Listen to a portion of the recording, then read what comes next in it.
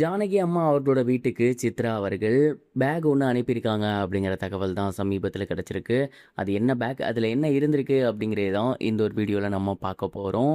சமீபத்தில் பிரபல திரைப்பட பின்னணி பாடகியான ஜானகி அம்மா அவர்கள் நம்மளை விட்டு பிரிஞ்சு போயிருந்தாங்க. அவங்களோட மறைவு ஒட்டுமொத்த இசைத்துறையுமே தாக்கியிருந்துச்சு அப்படின்னு தான் சொல்லணும். தொடர்ந்து திரைப்பிரபலங்கள், இசை பிரபலங்கள், பொதுமக்கள் அப்படின்னு எல்லோருமே அவங்களுக்கு தங்களோட கண்டோலன்ஸை பதிவு பண்ணியிருந்தாங்க.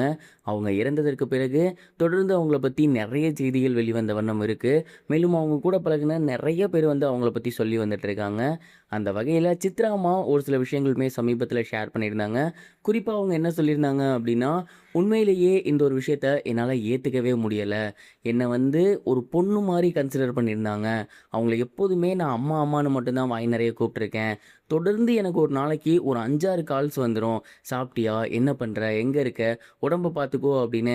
ஒரு அம்மா பொண்ணை எந்த அளவுக்கு கவனிச்சுப்பாங்களோ அந்தளவுக்கு அவங்க என்னை கவனிச்சிட்டு இருந்திருக்காங்க.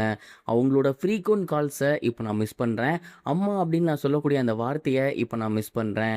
உண்மையிலேயே உங்களோட பிரிவை என்னால் ஏற்றுக்கவே முடியல அப்படிங்கிற மாதிரி ரொம்பவே எமோஷ்னலாக அவங்களோட சோஷியல் மீடியா பேஜில் ஒரு போஸ்ட் ஒன்று ஷேர் பண்ணியிருந்தாங்க. அதை தொடர்ந்து இப்போ சமீபத்தில் இன்னொரு விஷயமே அவங்க பண்ணியிருக்காங்க. அது என்ன அப்படின்னா, ஜானகி அம்மா அவங்களோட வீட்டுக்கு பேக் ஒன்று அனுப்பியிருந்திருக்காங்க. அந்த ஒரு பேக்கில் என்ன இருந்திருக்கு அப்படின்னா, ஜானகி அம்மாவோட துணிமணிகள் இருந்திருக்கு. அது மட்டும் இல்லாமல் அவங்க பயன்படுத்தக்கூடிய ஒரு சில பொருட்கள் இருந்திருக்கு. அண்ட் அதெல்லாம் தாண்டி ஜானகி அம்மாவை எப்போதுமே நினைவு இருக்கக்கூடிய ஒரு சிலருக்கு வந்து ஜானகி அம்மா ஒரு சில முக்கியமான விஷயங்கள் அவங்க கையிலேருந்து கொடுப்பாங்க. குறிப்பாக சொல்லணும் அப்படின்னா, வாட்செல்லாம் வந்து அவங்க வந்து கூட இருக்கவங்களுக்கு கொடுத்துருக்காங்க. அப்படிப்பட்ட ஒரு பொருளுமே அந்த பேக்கில் இருந்திருக்கு. மேலும் அதிலேயே லெட்டரும் ஒன்று ஜானகி அம்மா எழுதி அவங்களோட ஃபேமிலி மெம்பர்ஸ்க்கு கொடுத்துருக்காங்க. குறிப்பாக ஜானகி அம்மா வந்து எங்களோட சேர்ந்து பாடிட்டு இருந்த டைம் அப்படின்னு நினைக்கிறேன். அண்ட் இப்போ தான் அவங்களுக்கு முடியாமல் போயிருந்துச்சு. கொஞ்ச நாளைக்கு முன்னாடி பாடிட்டு இருந்தாங்க இல்லையா, அந்த ஒரு டைமை சொல்லியிருக்காங்க. அண்ட் அப்போ வந்து நாங்கள் ஜானகி அம்மாவோட தேவையான பொருட்கள், அவங்களோட துணிமணிகள், அவங்களுக்கு தேவையான எல்லாத்தையுமே நாங்கள் வந்து கொண்டு போயிடுவோம். குறிப்பாக அவங்க என்ன ஒரு பொண்ணு மாதிரி பார்த்துக்கிட்டாங்க.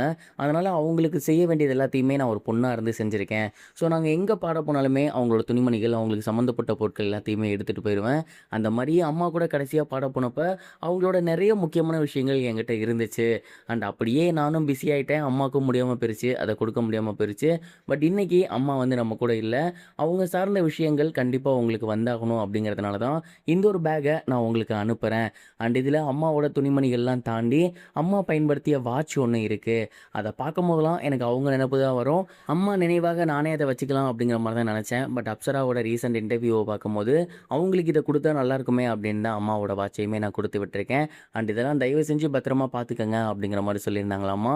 ஜானகி அம்மா வீட்டுக்கு சித்ரா அம்மா அனுப்பியிருக்கக்கூடிய பேக் தான் இப்போ சோசியல் மீடியாவில் ரொம்பவே வைரலாக போய்கிட்டு இருக்கு.